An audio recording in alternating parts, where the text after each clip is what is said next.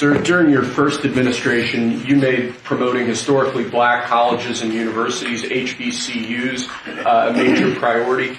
This executive order takes existing law on HBCUs and brings it into effect. We're going to be setting up a White House initiative on HBCUs. The basic idea here is making sure that every aspect of your administration is working to ensure that HBCUs are able to do their job as effectively and as efficiently as possible.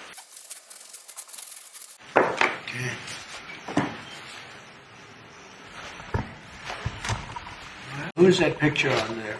That is Joe Biden, and it says, "Let's go, Brandon." I'm saying, what was that picture? That's great. I told him he wasn't allowed to ask you to sign it. That's very good. Well, thank you all very much. Next for you, sir, university accreditation is currently a process controlled by a number of third-party organizations. That's by statute, by law. Many of those third-party accreditors have relied on sort of woke ideology to accredit universities instead of accrediting based on merit and performance. This executive order affects a number of changes to the university accreditation process, also applies to law schools and other sort of graduate programs. But the basic idea is to force accreditation to be focused on the merit and the actual results that these universities are providing, as opposed to how woke these universities have gotten.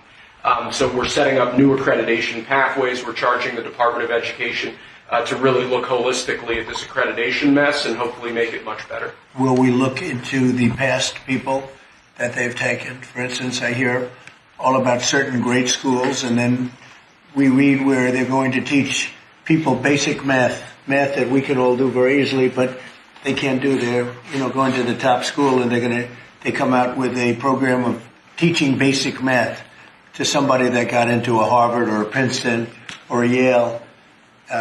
Is that part of this? When universities are not performing appropriately, whether that's in admissions or whether that's in their actual instructional activities, that's certainly something that accreditors should be considering, that right now we believe they're not doing a good enough job of, and I think Secretary McMahon could probably speak to that better than I could. So they're allowing people into school that can't do math, and yet kids who've worked really hard and number one in their class in a high school someplace in New Jersey or in Mississippi, they can't get into the best schools. What is that all about? Yeah, and I think that gets to your policy, sir, of meritocracy, that we should be looking at those who have real merit to get in, and we have to look harder at those universities that aren't enforcing that. Okay, thank you. And this pretty much does it, right? Yes, sir. Thank you. Okay.